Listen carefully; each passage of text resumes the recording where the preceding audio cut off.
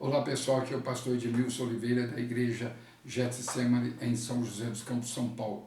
Hoje o tema desse vídeo é aos desigrejados. Você que é desigrejado, continue assistindo esse vídeo que eu vou falar da palavra de Deus, da Bíblia Sagrada. E você que não é, também assista para que você aprenda e divulgue esse vídeo, divulgue a palavra de Deus para as pessoas. Então aqui como texto eu vou usar aqui, ler Romanos 12, 2. E não vos conformeis com este mundo, mas transformai-vos pela renovação do vosso entendimento,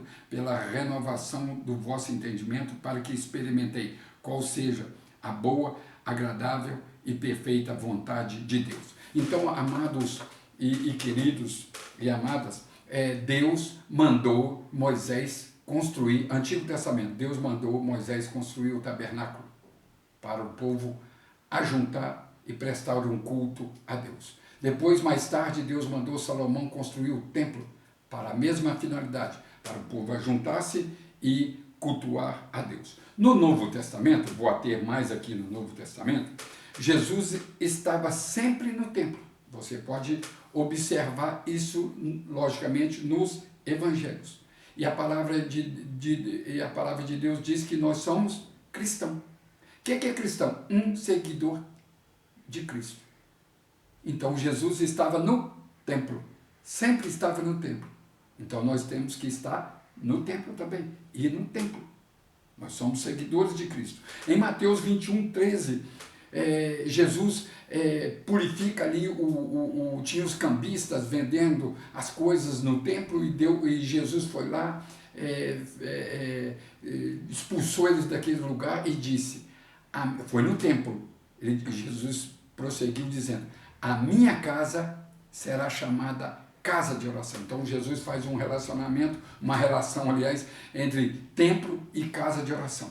Ele foi no templo, fez aquela limpeza, expulsou os cambistas e continuou dizendo, a minha casa será chamada casa de oração. Relação templo do Antigo Testamento, Novo Testamento, casa de oração. Jesus disse, a minha casa será chamada casa de oração. Em Lucas 21, do 1 ao 4, Jesus passa horas no templo e observando o pessoal entregar suas ofertas. E ele observa aquela viúva pobre que entregou as suas 2 moedas. O que Jesus estava fazendo no templo? Se não houvesse necessidade, meu querido irmão, minha querida irmã. Então nós somos cristãos, nós somos seguidores de Cristo. Nós temos que ir no templo. Jesus estava valorizando o templo, a casa de oração.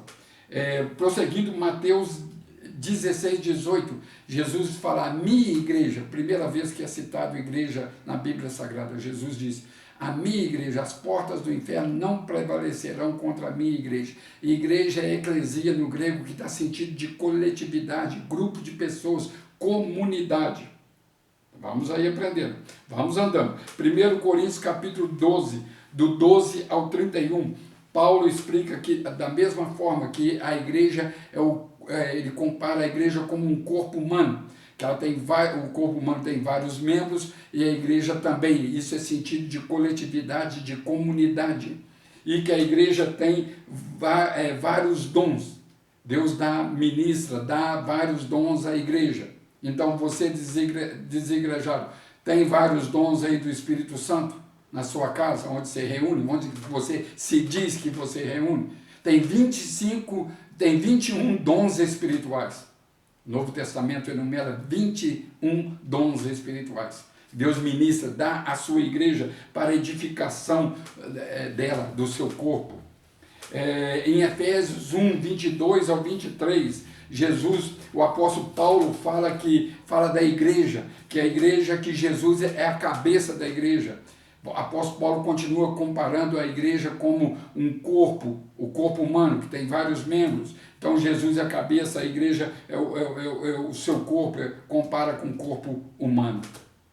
Aí você vem dizer que eu sou igreja. Igreja é coletividade, igreja é comunidade, igreja é comparada como corpo humano, vários membros. Não existe, é antibíblico, heresia falar que eu sou igreja. Quem está na igreja é membro da igreja. É como o o corpo humano tem vários membros. Em Atos 6, Deus instituiu, os apóstolos instituíram os diáconos da igreja. Tem diácono aí na sua igreja, na sua casa, com a sua família? Em Atos 13, do 1 ao 3, a igreja estava reunida em Antioquia, com a sua liderança. Eles estavam em oração e jejum, buscando a Deus. A igreja, você lê lá, você vê os líderes da igreja, os apóstolos e outros líderes orando. E o Espírito Santo falou para eles: apartai a mim, a Barnabé e a Saulo, para a obra que eu tenho vos chamado. E eles então enviaram o apóstolo Paulo e Barnabé para serem missionários.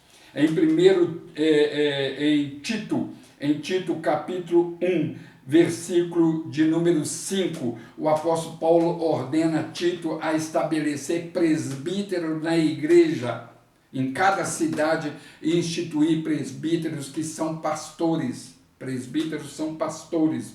Em 1 Timóteo 3, do 1 ao 13, Deus elenca, o apóstolo Paulo ensina Timóteo, Deus elenca, o Espírito Santo elenca as qualidades exigidas para ser bispo, presbítero e ser diácono da igreja. Tem bispo aí na sua casa, irmão? Tem diácono, tem presbítero aí na sua casa? Você que não vai na igreja? Em Hebreus capítulo 13, versículo 17, diz a palavra de Deus: obedecei a vossos pastores. Em Efésios 4, do 11 ao 16, Deus elencou 5 dons ministeriais que estão dentro daqueles 21 que eu já mencionei anteriormente. 5 são apóstolos, que para nós são os missionários. Apóstolo é uma palavra grega para nós, que o português veio do latim, derivado do latim, missionário. Profetas, evangelistas, pastores e doutores.